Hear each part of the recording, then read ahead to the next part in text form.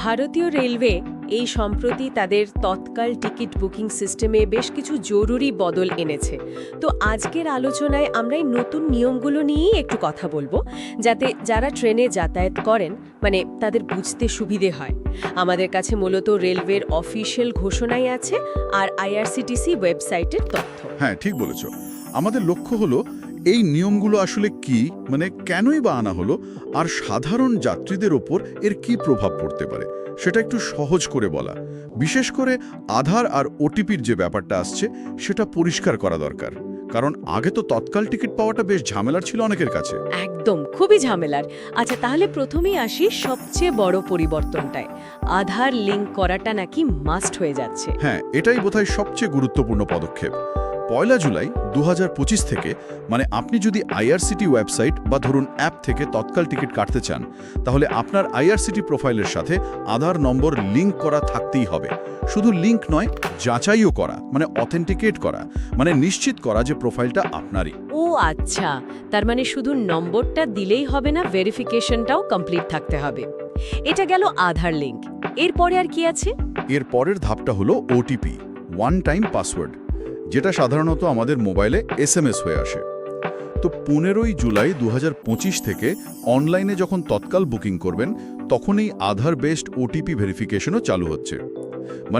বুকিংয়ের সময় আপনার আধারের সাথে যে মোবাইল নম্বর লিঙ্ক করা আছে সেটা একটা কোড আসবে, সেটা দিতে হবে। তার আধার লিঙ্ক তো আগেই করতে হচ্ছে, আবার বুকিংয়ের সময় ওটিপি ডবল চেকিং।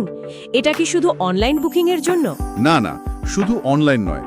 ওই একই তারিখ থেকে 15 জুলাই থেকেই আপনি যদি স্টেশনের কাউন্টার থেকে পিআরএস কাউন্টার থেকে তৎকাল টিকিট কাটেন, সেখানেও ওটিপি লাগবে।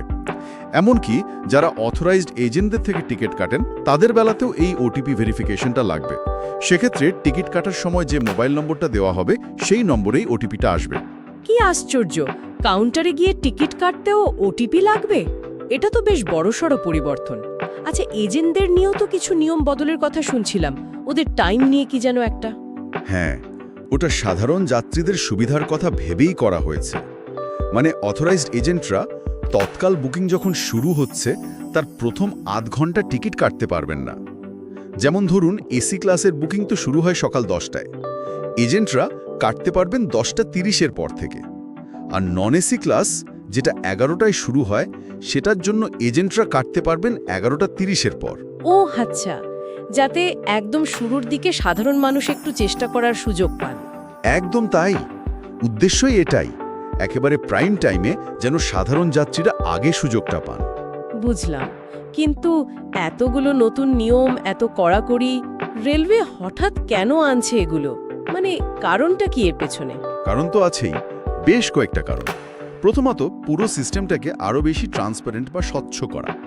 দ্বিতীয়ত, আর এটাই খুব জরুরি, টিকিট নিয়ে যে একটা কালোবাজারি চলে, অপব্যবহার হয়, বিশেষ করে কিছু এজেন্ট বা বলুন দালাল চক্র, তারা যেভাবে অনেক সময় ইল্লিগাল সফটওয়্যার ব্যবহার করে চোখের নিমেষে প্রচুর টিকিট কেটে নেয়, সেটা বন্ধ করার একটা বড়সড় চেষ্টা।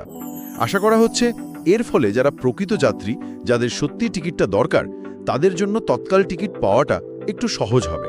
রেল মন্ত্রক থেকেও কিন্তু সবাইকে অনুরোধ করা হয়েছে এই পরিবর্তনগুলো জেনে নিয়ে আধারটা লিঙ্ক করিয়ে নিতে।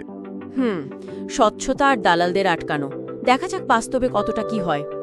আচ্ছা, এবার যদি কেউ নিজে আইআরসিটিসি পোর্টালে টিকিট কাটে, সেই প্রসেসটা কি খুব বেশি বদল এসছে? একটু যদি সংক্ষেপে বলেন। না, মূল পদ্ধতিটা মোটামুটি একই আছে। আইআরসিটিসি ওয়েবসাইট বা অ্যাপে লগ করতে হবে, কোথা থেকে কোথায় যাবেন, কবে যাবেন, কোন ক্লাস, এগুলো দিতে হবে। কোটা অপশনে গিয়ে অবশ্যই তৎকাল সিলেক্ট করতে হবে। তারপর যে ট্রেনগুলো দেখাচ্ছে সেখান থেকে নিজের পছন্দের ট্রেন আর ক্লাস বেছে নিয়ে বুক নাওতে ক্লিক। এরপর যাত্রীদের ডিটেলস দিতে হবে, নাম, বয়স, লিঙ্গ, এইসব।